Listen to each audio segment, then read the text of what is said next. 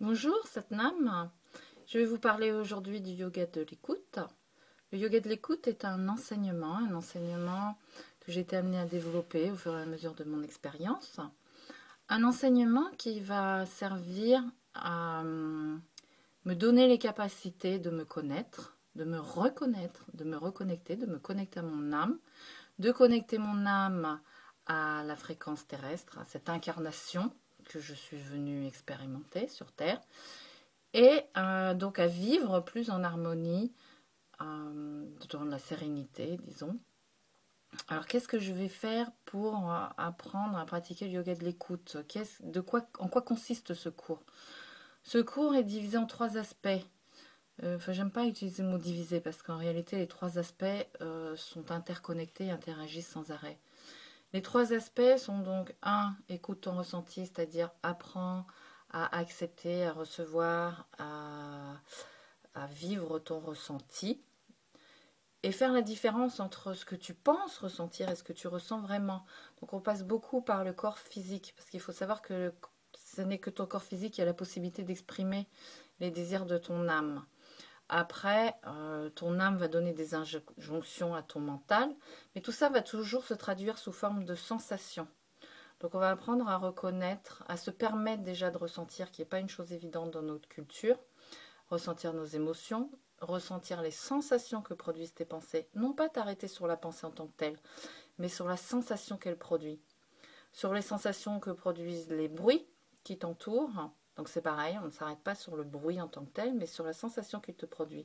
Tout ça sont des informations qui vont te permettre de connaître tes réactions, de voir comment tu réagis, de voir quelles actions après tu vas poser en fonction de tout ça. Et apprendre à reconnaître et à accepter toutes ces sensations. Il y en a des agréables, il y en a des désagréables. Et on apprend à ressentir tout en même temps et à accepter tout en même temps. Donc on va aussi apprendre à accepter nos difficultés comme nos facilités, etc., etc. En faisant ça, je prends du recul. Donc je rentre dans un espace de neutralité et dans un espace de silence intérieur. Et dans ce silence, je vais devenir capable, en me connectant à mon cœur énergétique, d'écouter mon âme, de recevoir mon âme, de reconnecter avec mon âme. C'est une notion bien grande, mais vous allez voir, on ne peut pas vraiment définir ce que c'est.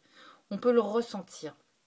On ne va pas non plus forcément le ressentir comme quelque chose de très concret, mais ce qu'on va ressentir pour sûr, c'est une présence.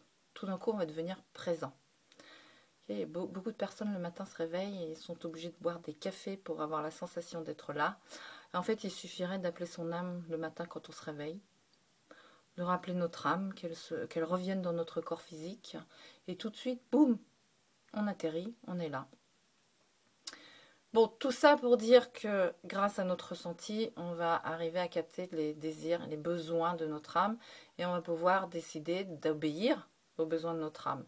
Et quand on fait ça, on arrive à vivre beaucoup plus en harmonie et beaucoup plus à accepter la vie telle qu'elle est en fait. Un des deuxièmes aspects du yoga de l'écoute, c'est la communication, apprendre à communiquer de façon consciente, apprendre que chaque mot que je vais dire a un impact énergétique, a une fréquence vibratoire. Donc on va commencer à rentrer dans le domaine de la fréquence vibratoire.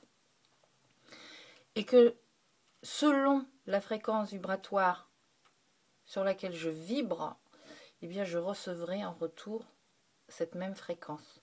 Donc il est important de commencer à prendre conscience quand je parle, à partir de où je parle et quelle fréquence vibratoire j'émets dans l'univers. Et on apprendra que notre communication en réalité devrait servir à faire circuler l'énergie d'amour, donc à servir l'univers.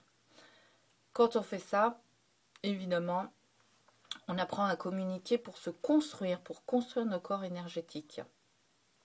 C'est toute une façon différente d'entrevoir la communication. Et il n'y a plus du tout de violence, il n'y a plus du tout de à cause de toi, c'est ta faute, etc. On parle toujours que de soi. On reçoit ce que l'autre peut dire ou ce que l'autre a fait. On va voir quelles sont nos réactions, on va ressentir, on va accepter notre ressenti tel qu'il est. Et à partir de là, on va communiquer. en prenant conscience que chaque chose que je communique, chaque chose que je vais dire à sa fréquence vibratoire, et que en même temps, la fréquence vibratoire va avoir un impact sur mon système énergétique. Donc en même temps qu'on communique, on va apprendre à écouter l'écho de nos paroles et comment on reçoit cet écho. Tout ça va servir à construire notre corps énergétique pour le faire grandir en lumière. Et plus mon corps énergétique va grandir en lumière, plus je vais être capable d'attirer à moi du mieux. Un des troisièmes aspects, et non des moindres, c'est la respiration.